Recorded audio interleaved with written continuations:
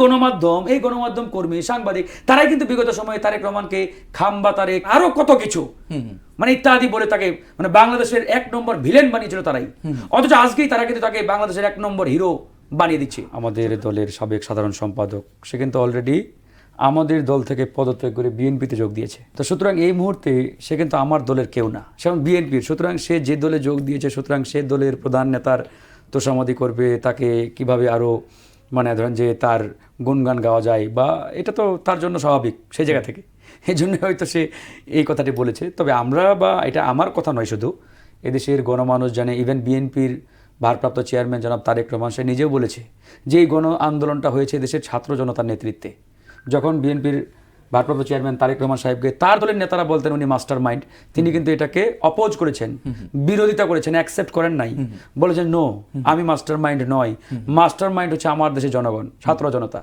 তাহলে যিনি নিজেই বলেছেন যে আমি মাস্টার মাইন্ড নয়, তারপরেও যদি আমি তাকে মাস্টার মাইন্ড, প্রধান সমন্বয়ক, তিনি সব তার নেতৃত্বে হয়েছে বলি, তার মানে বুঝতে হবে যে আমার ইথিক্স আসলে কতটুকু স্ট্রং, আমার ইথিক্স আসলে কতটুকু পাওয়ারফুল, সেই জিনিসটা তো আসলে একবারে আমরা পরিষ্কার। আপনার সাধারণ সম্পাদক এখন বিএনপি, সেটা আমার সাধারণ সম্পাদক না এখন না, কিন্তু দল থেকে পদত্যাগ করছে এবং তার পদত্যাগটা আমাদের দেশের রাজনীতিতে আর 5টি ঘটনার মতো নয়। আপনার যখন তিনি পদত্যাগ করেন তখন আপনার যে সভাপতি, সে তো এখন আপনার সভাপতি, তিনি স্পষ্ট বক্তব্য দিয়েছেন যে জোটের প্রয়োজনে আমরা তাকে ছেড়েছি।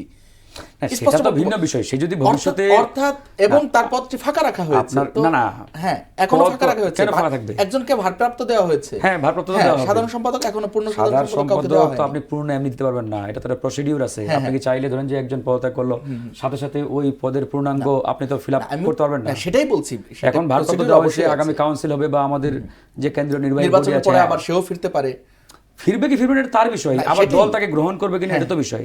ধরে সে ফিরতে চাইলো, দল তাকে অ্যাকসেপ্ট করবে কিনা, গ্রহণ করবে কিনা এটা তো বিষয়। সভাপতি যেখানে বলেছেন, সভাপতি বলছে হ্যাঁ দলের প্রয়োজনে সে গেছে, অর্থাৎ একটা সিগন্যাল কিন্তু বোঝাই যায়। এটা বলছে যে দলের প্রয়োজনে মানে জোটের প্রয়োজনে ছেড়েছি আবার পরে নিয়ে আসবো, এটা বলছে। কি বলতে হয়?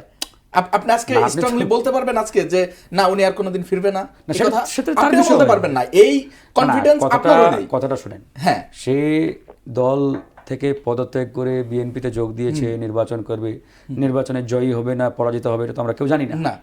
এরপরে সে বিএনপির রাজনীতিতে কন্টিনিউ করবে নাকি গণ অধিকার, এটা একান্তই তার ব্যক্তিগত বিষয়।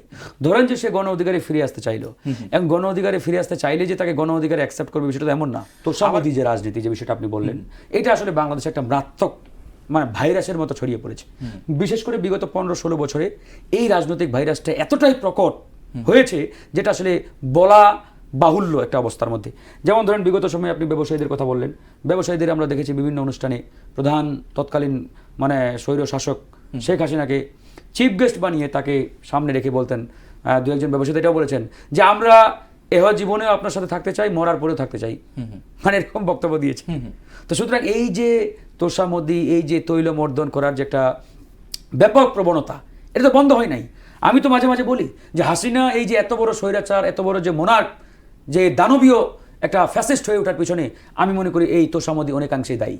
আমরা দেখেছি তৎকালীন সময়ে গণমাধ্যম কর্মী, সাংবাদিক, প্রতিষ্ঠা যারা সাংবাদিক, তারা পর্যন্ত প্রধানমন্ত্রীর প্রেস কনফারেন্সে গিয়ে যে বিষয়ে তিনি প্রধান প্রেস কনফারেন্স ডেকেছেন ওই বিষয়ে কোনো আলোচনা নেই, বক্তব্য নেই, প্রশ্ন নেই, মানে শুরু করে দেয় মাননীয় প্রধানমন্ত্রী বঙ্গবন্ধুর তনয়া, দেশের গৌরব ইত্যাদি ইত্যাদি বলতে বলতে মানে তাদের মুখে ফেনা উঠে যায়।